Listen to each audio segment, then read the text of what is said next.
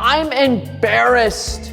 You know why? Because I made this critical Poomsae mistake until I was a 3rd degree black belt. Nobody told me. I figured it out one day at a Poomsae seminar, and it changed my world. As a professional Taekwondo instructor, I can say this is probably the most common mistake that people make regarding Poomsae, because it has to do with the turns, and the turns are in all of the forms. See, when you turn... Hey, have you ever heard of Jiu-Jitsu?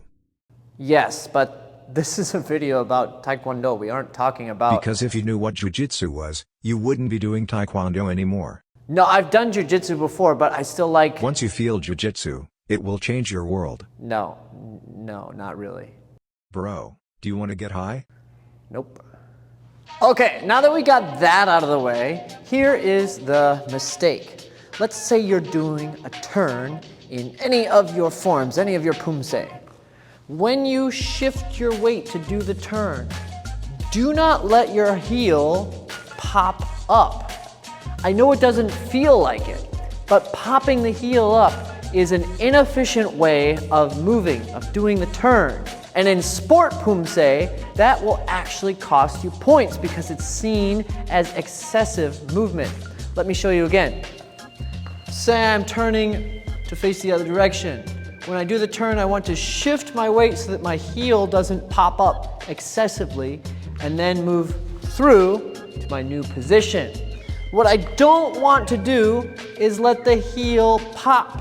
I don't want to go like this, 1 and 2. That is extremely common, way more common than you would think. You're probably doing it. To do a proper turn, I should open my eyes and shoulders and shift my weight. From here, I'm all set up to put my foot through and then let my hips come around. If I'm making the super common mistake, I'm gonna rock forward first, then rock back, that's why it's inefficient, and make my turn. I did it for years. Again, it looks like this. Doesn't look like much of anything. I'll even do it with a good ending. Here. That little heel pop, that's a no-no. Now you're gonna wanna check yourself to make sure you're not doing this, because chances are if you haven't specifically addressed it before, you are doing it. It's just what people naturally do when they're taught a form. So make sure it's not a mistake that you are making.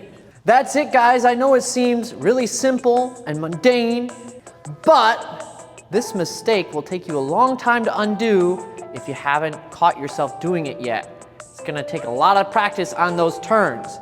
And if you get it right, it's going to help fix all your Poomsae. It was huge for me. There's this thing in Poomsae that some people call shaking the frame.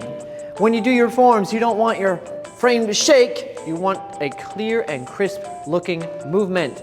So these excessive movements add to the shake. They make the form not so clean, not so crisp, not so pleasant to look at. So these little tweaks reduce the shake in the frame, and they make your Poomsae way more clean, attractive, sexy. Better Poomsae. There are 2 things I hate in this world. One is freeloaders, and one is people who don't go to my website, tkdguide.com. If I could push a button to commit a genocide, those people would be gone. So don't be a freeloader. Give me a thumbs up. And make sure you go to my website, tkdguide.com. Check out the video course on stances. If you're into Poomsae, you gotta learn your stances. They're very important. It's a good video course on stances. Check it out, it's free on tkdguide.com. Go now, check it out. It'll change your life forever.